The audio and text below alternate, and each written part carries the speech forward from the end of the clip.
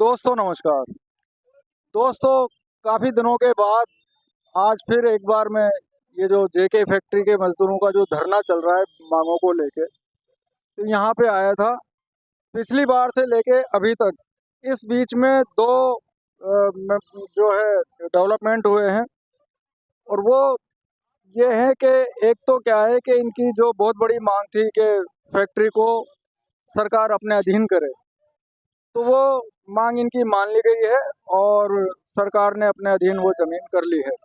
फिर उसके अगले ही दिन किसी पर्टिकुलर एक कोई जैन साहब हैं, तो वैसे मैं पूछूंगा अभी इनसे उनके बारे में, तो उनके थ्रू अराफात ग्रुप पे जो उसके निदेशक थे उनके खिलाफ एफआईआर भी दर्ज हो गई। अ, अकरम भाई हमारे वकील साहब हैं, वो बिजी हैं थोड़ा अदालत के कामों में, तो उनसे फिर बाद में इन चीज़ों को लेके मालूमात करेंगे। बहरहाल, तो मैं हबीब भाई, ये जो डेवलपमेंट हुआ है और अभी भी धरना तो जारी है, तो अब आप इसके बारे में ये बताइए मेरे को कि एक तो अब कुछ उम्मीद जगी है आपको, है ना? और ये जो एफआईआर हुई है या जो ये जो सरकार ने अपने अधीन जो जमीन करी है, तो ये किस दबाव के तहत की है? क्योंकि इतना टाइम हो गया, आज कौन सा दिन है आपका धरने का? 133वां दिन। 133 दिन हो गए धरने को, और अब जाके तो ये मतलब किस तरह से ये आगे बढ़ी कार्रवाई, इसके बारे में थोड़ी सी जानकारी। पहले इससे पहले पीछे के बैकग्राउंड जानना चाहता हूँ कि 1997 में जेके सिंथेटिक्स एक बहुत बड़ा कारखाना था और 11 सितंबर को कारखाना रात को अंधेरे में बंद कर दिया जाता है। बंद करने के बाद में यही जेके सिंथेटिक्स का मालिक व्यापार जाता है और अपनी इकाइयों को रुग्ण घोषित करवा लेता है, बीमार घोषित करवा लेता है। उसके बाद में हमारे लिए कि हम हाई कोर्ट जाते हैं। हाई कोर्ट में हमारे लिए 260 करोड़ का एक ऑर्डर पास करती सरकार, हाई कोर्ट कि 260 मजदूरों के लिए सुरक्षित रखा जाए पैसा। मतलब 260 बाकी है इस पैसे में, मतलब पैसा सुरक्षित रखा जाए और ये पैसा बैंकों में है। लेकिन इस उसके आधार पर जेके ने सोचा कि इस पैसे को बचाने का एक रास्ता है कि मैं एक एग्रीमेंट करूं मजदूरों से। तो मजदूर से एग्रीमेंट करने के लिए अराफात को साथ लाता है कि हम दोनों मिलकर और फैक्ट्री चलाना चाहते हैं और आप हमारा सहयोग कीजिए। तो हमने 260 करोड़ की वजह से हमने कहा कि भाई तू पैसा हमें थोड़ा बहुत दे दो, लेकिन हम तो फैक्ट्री चलाना चाहते हैं तो हम तेरा सहयोग करेंगे। फैक्ट्री चलाने के लिए उसने हाँ भरी थी हमसे और एक एग्रीमेंट हुआ 2002 के अंदर। 9/10/2002 की तारीख है और ये कहा था मैं एक साल में पूरे कारखाने चलाऊंगा। लेकिन उसने कारखाना एक साल में एक कारखाना नहीं चलाया उसने। और वो उसने 2000 उसका एएफआर का इंतजार करता है, बीएफआर इंतजार करता है। बीएफआर मेरे लिए आदेश देगा तो मैं चलाऊंगा। तो 7/1/2005 को एएफआर आदेश देता है इसके लिए कि उससे पहले 1 जनवरी से ही अपने कारखाना अपने अधीन कर लेता है ये 2005 में। अधीन करने के बाद में 7/5 का ऑर्डर भी आ जाता है इसके पक्ष में। उसके बाद ही कारखाना चलाता है एक्रेलिक प्लांट और कुछ दिनों बाद उसको भी बंद कर देता है। उस समय के लिए जानबूझ आग लगाता है और उसने आग लगाने के बाद हमें पता नहीं लगा, नहीं अंडरग्राउंड हमको तो हमें पाबंद कर दिया कि हम आप गेट पर नहीं जा सकते आप लोग। और उसने वहाँ से मशीनें निकालना चुपचाप चालू कर दिया और चुपचाप निकालता था मशीनें, हमें पता नहीं लगता था, रात के अंधेरे में निकालता था। तो उसने लगातार ये काम करता रहा, लेकिन हम लगातार इस संघर्ष रहे। 2016 के अंदर भी सुप्रीम कोर्ट के अंदर ये मुकदमा जाता है। सुप्रीम कोर्ट भी जाता है कि अराफात के ऊपर एएफआर बीएफआर कोई ऑर्डर पारी करती है तो लागू होगा नहीं होगा। तो सुप्रीम कोर्ट कहता है कि ये सिक्योरिटीज में था, एएफआर बीएफआर का ऑर्डर लागू नहीं होगा इसके ऊपर। तो ये उसने बचने के लिए इसको ये अपने आप चीज समझता है। लेकिन सुप्रीम कोर्ट ये कहता है कि स्कीम इज कंटिन्यू, मतलब प्लांट इसको चलाना ही होगा, प्लांट जारी रहेगा, प्लांट खत्म नहीं हुआ ये उसने हारने के बाद में ये 2016 में कहता है। लेकिन उसके बाद में 2018 के अंदर रिपको द्वारा भूमि को कन्वर्ट करा के बेचने की प्लानिंग करता है और वो हो भी जाता है इसका। उस टाइम जो भी सरकार थी उसने ये काम किया और करने के बाद में हमें पता लगा तो हम एसीबी में जाते हैं, ऐसे मुकदमे करते हैं। एसीबी ने माना कि भ्रष्टाचार हुआ इसमें और एसीबी कार्रवाई करती है और उसके आधार पर राजस्थान सरकार इसके जो रिकॉर्ड द्वारा जो कन्वर्ट के बनाया था उसको वापस ले लेती है सरकार खुद। वापस लेने के बाद में ये जाता है हाई कोर्ट। हाई कोर्ट में आज आराफात अपने पक्ष में करवा लेता है, लेकिन हम सब जाते हैं सुप्रीम कोर्ट, सरकार हमारे साथ देती है। सुप्रीम जाने के बाद एकदम इसका पासा पलटता है और ये सुप्रीम कोर्ट कहता है कि ये जमीन राजस्थान सरकार के रिको को ये गलत तरीके से कन्वर्ट किया गया रिको ने, और रिको के आदेश का ये अंतर्गत नहीं आती फैक्ट्री, इसलिए उसको खारिज किया गया। और ये कहा गया कि ये फैक्ट्री राजस्थान सरकार की ही है जगह ये। तो इसने खरीदी थी कुछ पैसा देके, या मतलब ये खरीदी नहीं थी, इसने खरीदी के कोई फैक्ट्री नहीं खरीदी है। इसने व्यापार के थ्रू मजदूर को 1 मिनट से चलाने के लिए जीती फैक्ट्री चलाएगा, रोजगार देगा। 2100 मजदूरों रोजगार के लिखा हुआ समझौते में साहब, और उसके बकाया वेतन देगा, उनका ग्रेजुएट प्लस होगा जो देगा, ये तय हुआ था उसका। इसका ये कहना है कि भाई मैंने तो खरीदी है, ये तो मेरी होगी। नहीं खरीदे तो आज यही है, सरकार क्यों नहीं लेती है? सुप्रीम कोर्ट कहीं लिखा हुआ नहीं, कहीं सुप्रीम कोर्ट में खरीद तो आया ही नहीं, सुप्रीम कोर्ट में आया है। अब के मैंने ये व्यापार के थ्रू मजदूर के एग्रीमेंट थ्रू इसको मिली है कारखाना चलाने के लिए, खाली चलाने को दी गई है, जनहित में दी गई है। लेकिन इसने क्या किया कि जो हमने जो चोरी का मुकदमा दर्ज कराया, तो ये कहता है कि मैंने इसे खरीदी है, और उस पर खरीदने का ये बहाना झूठा डॉक्यूमेंट पेश करता है बचने के लिए, और उस पर FIR लगाता है। FIR लगाने के बाद हम उसको उस डॉक्यूमेंट को हम रजिस्ट्रार ऑफिस में DIG रजिस्ट्रार में जाते हैं। DIG रजिस्ट्रार कहता है कि इसने खरीद फरोख्त नहीं हुआ, ये खुद कहता है ये व्यवहार के थ्रू और एग्रीमेंट के थ्रू ही इसको मिली है। तो DIG साहब कहने के बाद हम कलेक्टर के खिलाफ भी कहते हैं, लोकदान जाते हैं, लोकदान कलेक्टर साहब ये जवाब देते हैं ये व्यवहार के थ्रू मजदूर एग्रीमेंट उसको मिली है। लेकिन इसने धोखेबाजी करके तो उसके खिलाफ हमने कोर्ट में गए, कोर्ट में लगा क्या नाम मुकदमा चल रहा है हमारा, अभी वो हल नहीं हुआ। निश्चित रूप से ये जेल जाएगा। उसके बाद इसी बीच में हमारे इंद्रमल जैन द्वारा एक मुकदमा दर्ज कराया, 327 करोड़ की जमीन मशीनें बेच दी इसने। तो ये कन्फर्म हो गया कि सरकार को भी पता लग गया, सरकार किसी ने जो कराया इंद्रमल जैन ने कराया, तो पता लग गया कि भाई इतने मशीन लेके हमारे हिसाब से मशीन हजारों करोड़ की मशीनें लेके चोरी करती है।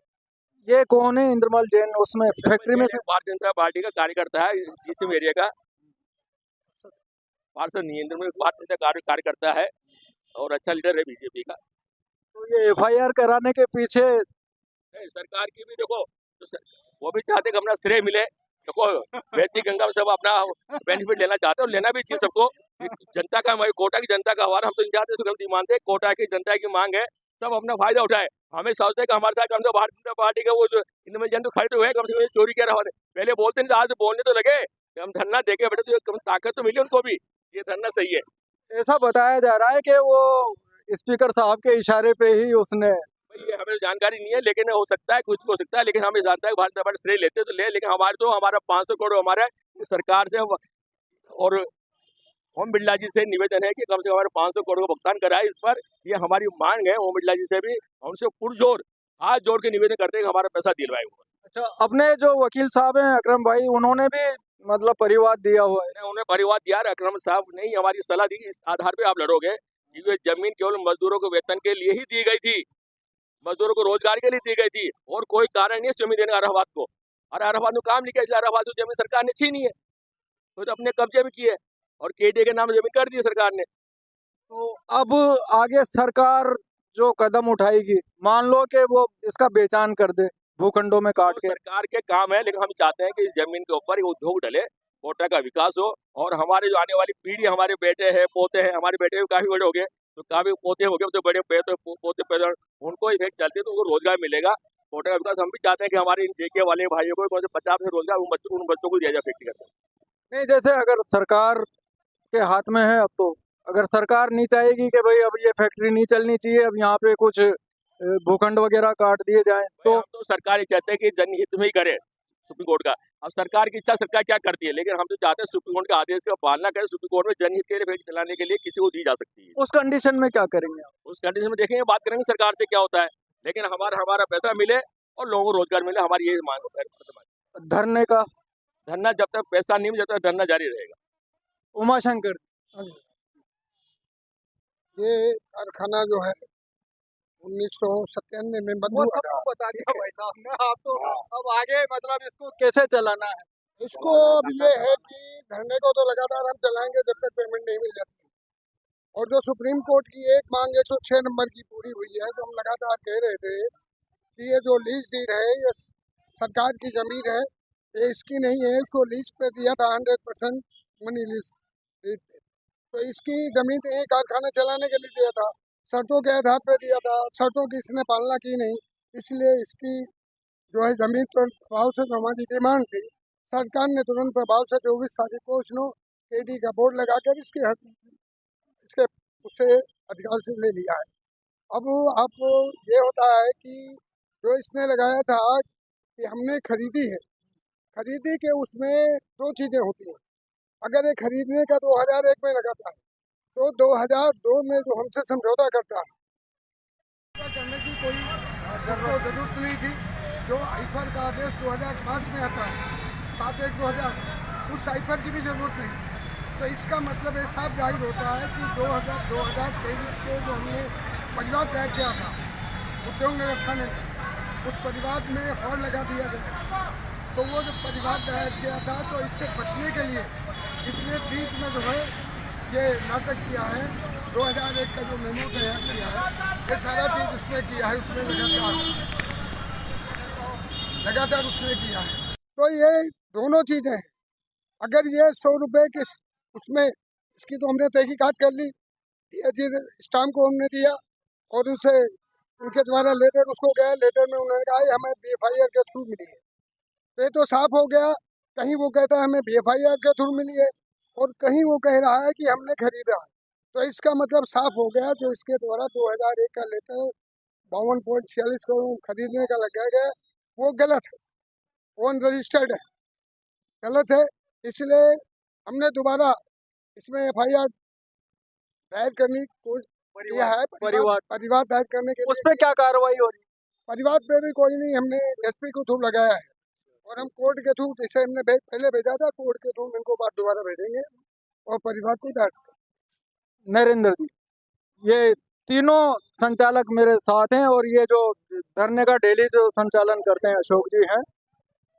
चालू 133वां दिवस है और इस धरने को लगाने का मुख्य जो उद्देश्य हमारा था, पहला कि जमीन को अधिग्रहण करे, दूसरा जो बकाया कर्मचारियों का भुगतान करे, तीसरा जो उद्योग लगा करके सरकार रोजगार दे। इसमें हमारा एक उद्देश्य अभी सरकार ने पूरा किया है अधिग्रहण करके, और जो 2 मुद्दे हमारे अभी बाकी है उन मुद्दों के लिए हमारी लड़ाई लगातार जारी रहेगी।